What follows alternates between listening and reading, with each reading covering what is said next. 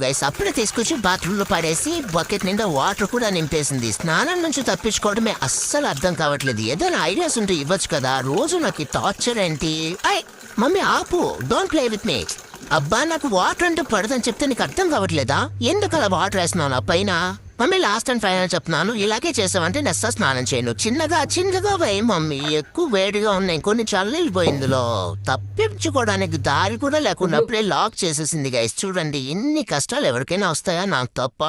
ఏం చేసినా ఇక్కడి నుంచి బయటపడే దారే లేదు కదా. నీకు నచ్చింది చేసుకో, ఇక్కడే కామ్గా కూర్చుంటాను. ఇంత జూమ్ లో చూపించావనుకో వాళ్ళు నా ఫేస్ దగ్గర నుంచి చూసి దడుచుకుంటారు. మమ్మీ కొంచెం దూరంగా పెట్టు, లేదంటే ఇంకా చండాలంగా కనిపిస్తా. ఇదేం కర్మరా బాబు.